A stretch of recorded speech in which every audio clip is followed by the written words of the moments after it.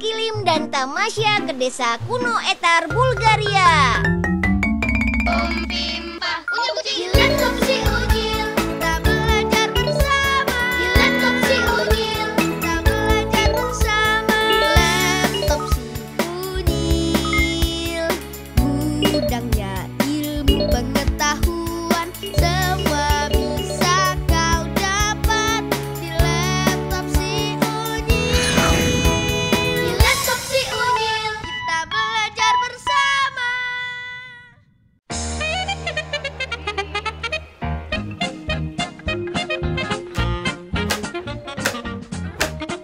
Waduh, kenapa bulu-bulunya dicambuk, Bu?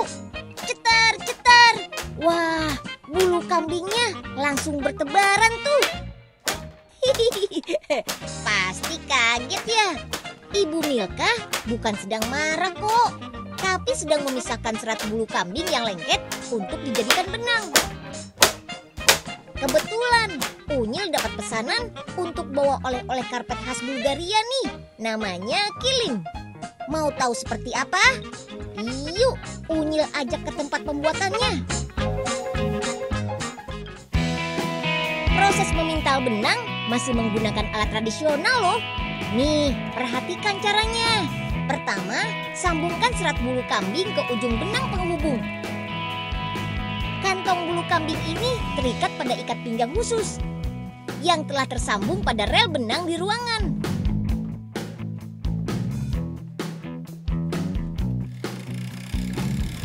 Setelah itu, mulai jalan mundur sambil terus menempelkan serat bulu hingga membentuk untayan benang.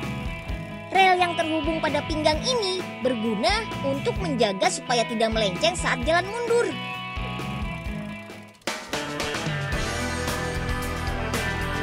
Nah, biar lebih cantik, selanjutnya benang akan diwarnai dengan pewarna alami. Ada Ibu Dinka nih yang bertugas memberi warna. Potong bunga yang sudah kering. Kemudian masukkan ke dalam air mendidih. Aduk hingga warna keluar. Kemudian saring hasilnya agar tidak ada kotoran yang menempel pada benang. Selanjutnya, masukkan benang ke dalam air sari bunga. Aduk dan biarkan hingga menyerap.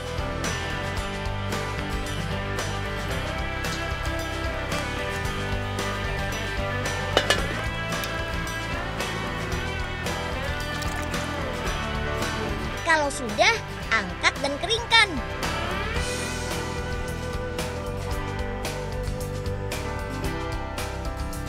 Benang-benang berbagai warna pun siap untuk digunakan. Benerin wig warna-warni Unyil dong, Pauga, biar kita tambah gaya. Iya, Den. Biar orang-orang pada kagum lihat kita. Den Unyil, benerin punya aku juga dong, Den. Mana sini? Posisinya harus pas, biar enggak... Ya, lepas lagi. Maaf, Pauga, nggak sengaja.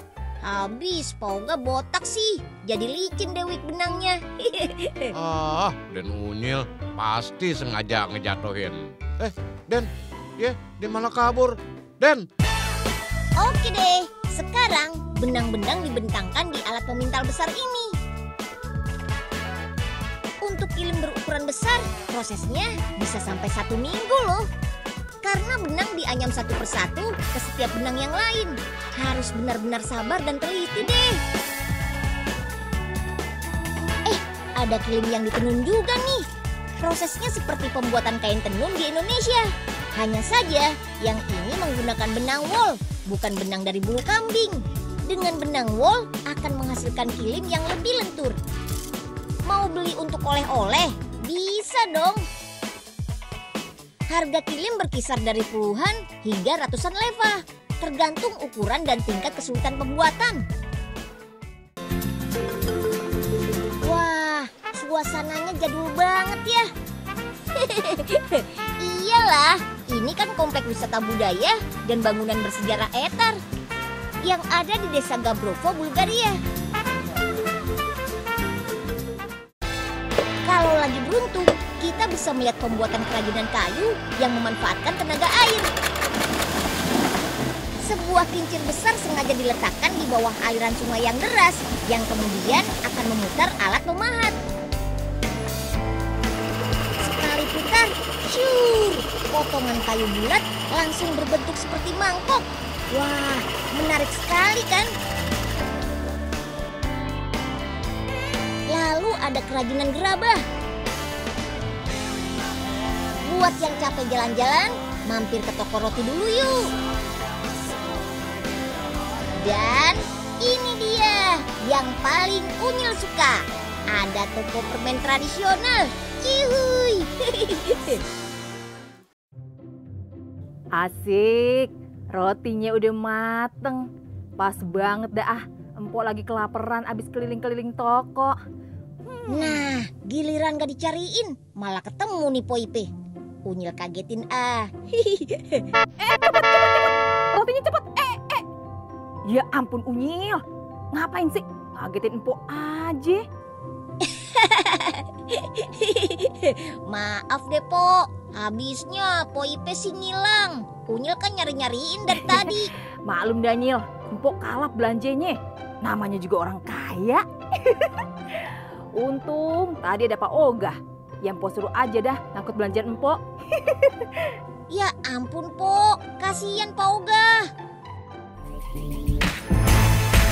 Kita bisa berkunjung ke kebun bunga matahari di Bulgaria.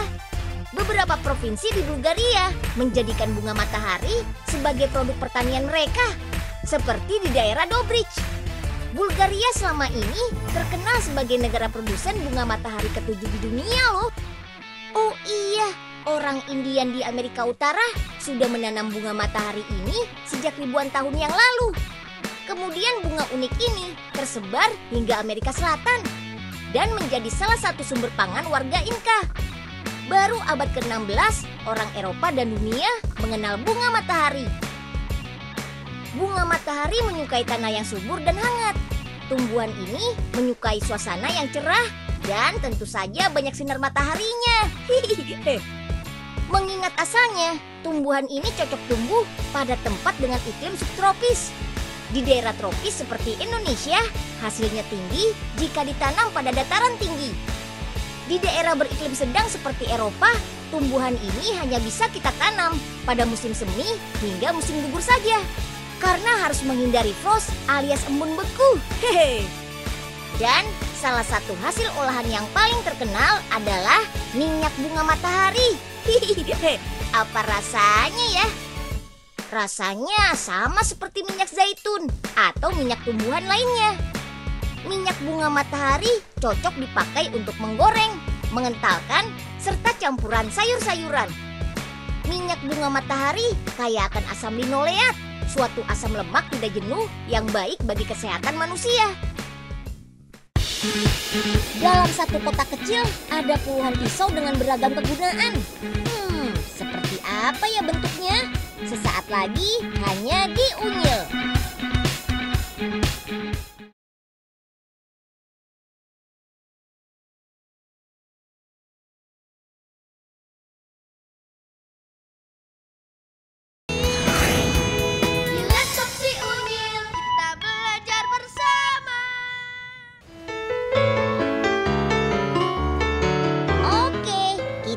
Lagi jalan-jalannya.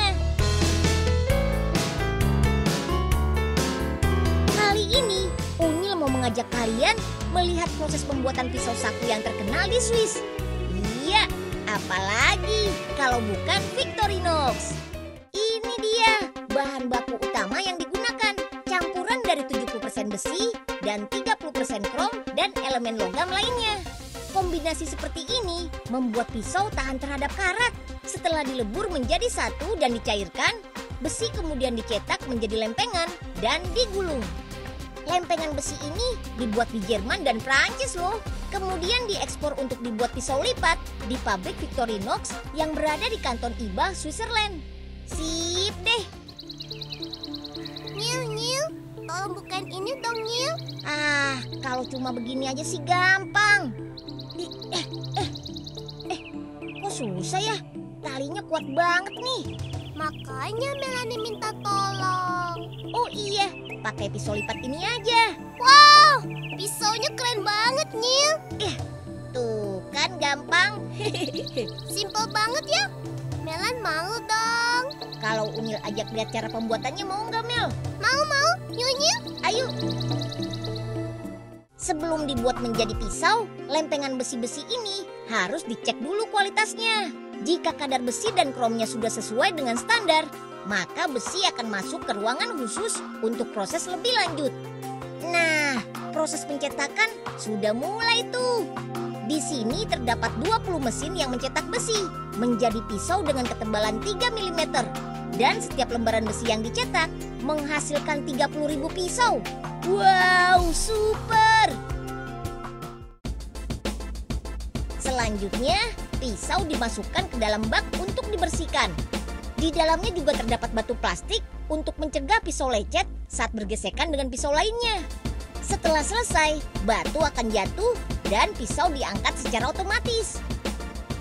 Kemudian, pisau akan diratakan kembali dengan mesin ini. Kali ini, kita harus memperoleh ketebalan pisau setebal 2 mm. Wah, tipis juga ya. Baru deh, pisau-pisau diberi cap sebagai tanda keaslian produk buatan Swiss. Untuk memastikan kekuatan dalam memotong, pisau akan dipanaskan dalam suhu 1050 derajat Celcius. Selain itu juga untuk memastikan kalau pisau ini bisa digunakan dalam jangka waktu yang lama. Di sebelah ada mesin yang lagi mencetak obeng dan alat pembuka botol tuh.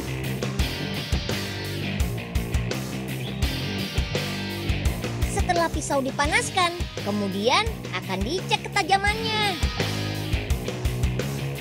Ini dia, cangkang pisaunya. Sudah selesai dicetak. Hampir semua produk pisau saku yang diproduksi juga memiliki obeng dan pembuka botol. Tapi yang banyak digemari adalah pisau saku jenis cem yang memiliki 33 fungsi dalam satu gagang. Setelah semua komponen selesai diproduksi, proses selanjutnya adalah perakitan. Pertama, kita harus memasang pin yang akan mengikat semua komponen menjadi satu. Lalu satu persatu mulai dipasang. Seperti pisau, pembuka botol, besi pelapis, obeng, kaca pembesar, dan yang lainnya. Lalu rekatkan kembali dengan mesin agar lebih kuat. Terakhir, pisau kemudian diasah lagi secara manual. Sementara itu, cangkang pembungkus pisau alias casing mulai diberi logo di bagian depannya. Oke, pisau saku sudah bisa diberi baju tuh. Oh iya, tusuk giginya jangan sampai lupa dimasukkan juga ya. Sambil dibersihkan, pisau dan alat yang lainnya kembali dicek apakah sudah terpasang dengan benar atau tidak. Para insinyur juga nggak kalah sibuk loh.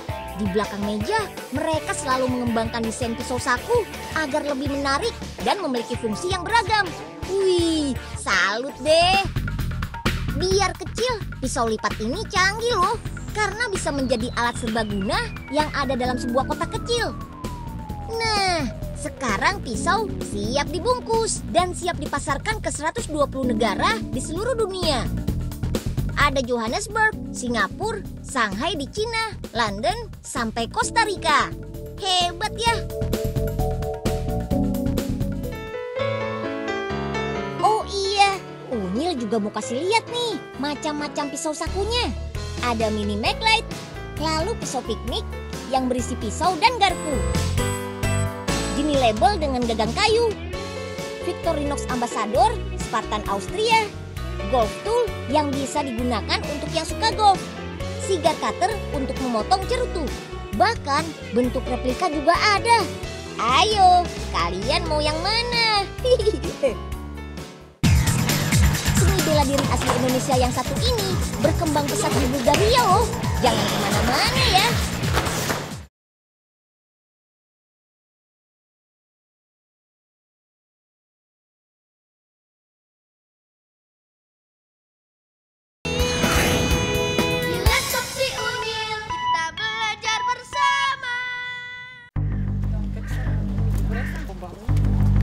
Wah, dua laki-laki yang mau usil. Hati-hati ya, Kak. Wah, hebat. Biar cuma perempuan sendirian, ternyata kakak ini hebat ya. Ilmu bela diri apa ya itu?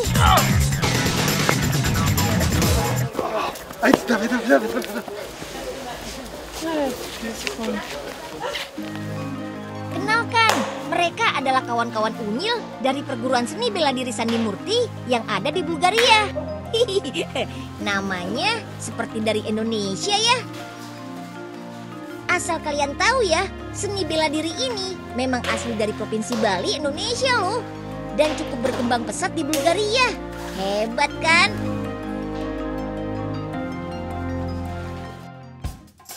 Hop, hop, hop, hop.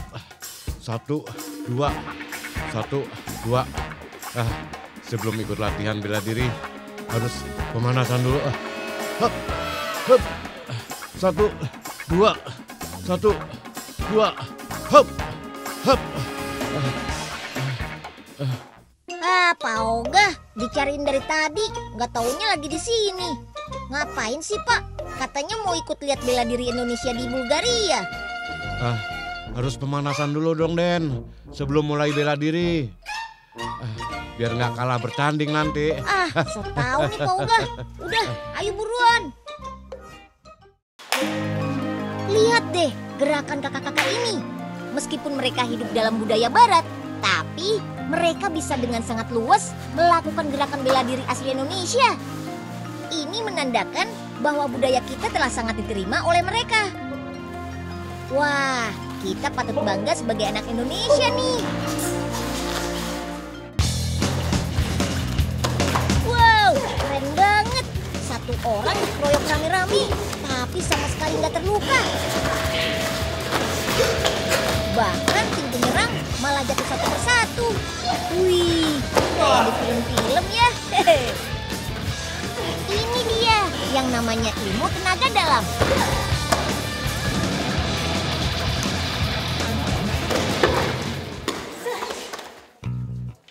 Beruntung sekali, Unyil sempat ketemu dengan pendirinya. Beliau adalah Bapak I Gusti Ngurah Harta atau biasa disebut Turah. Di sini murid-muridnya diajarkan ilmu pertahanan yang dihasilkan dari latihan fisik dan tenaga dalam untuk perlindungan diri.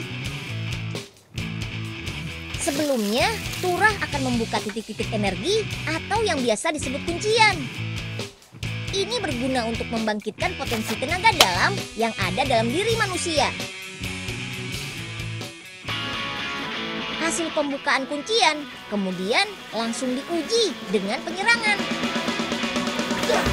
Untuk bisa menahan serangan, sang murid harus berlatih membentuk perisai energi dengan teknik pernapasan yang dipusatkan di bagian perut. Ayo, siapa yang mau belajar tenaga dalam?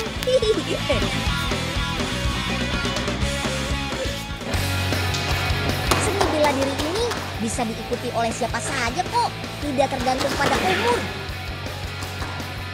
Lihat tuh, Nenek Carmen saja masih semangat berlatih, meski usianya sudah 60-an.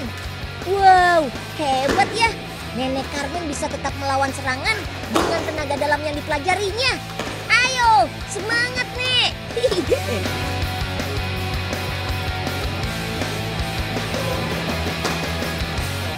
Hop. Ya, hop. Alah. Kalau gini doang sih kecil. Hop. Hop. Waduh. Aduh. Kira-kira dong ngeluarin jurus. Masa Pak Oga digebok sampai jatuh gini? Aduh. Pusing juga nih kepala Pak Oga. Aduh.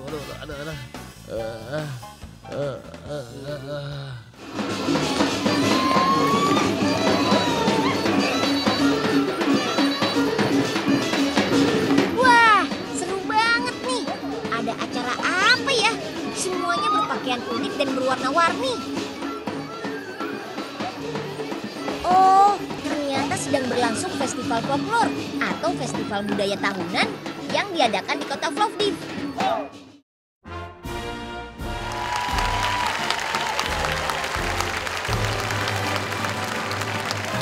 Yang lebih keren pertunjukan utamanya diselenggarakan di sebuah ancient amphitheater atau amphitheater kuno dari abad kedua sesudah Masehi. Aduh, Unyil jadi seperti masuk ke zaman kerajaan Eropa dulu.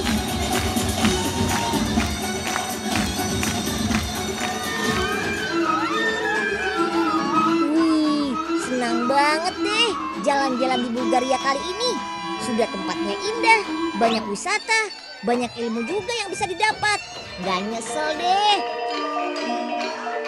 Dan yang membanggakan, ternyata satu-satunya perwakilan dari Asia adalah negara kita, Indonesia. Wih, keren gak tuh? Ikutin terus jalan-jalan Unyil ke luar negeri ya. Masih banyak pengalaman seru lainnya.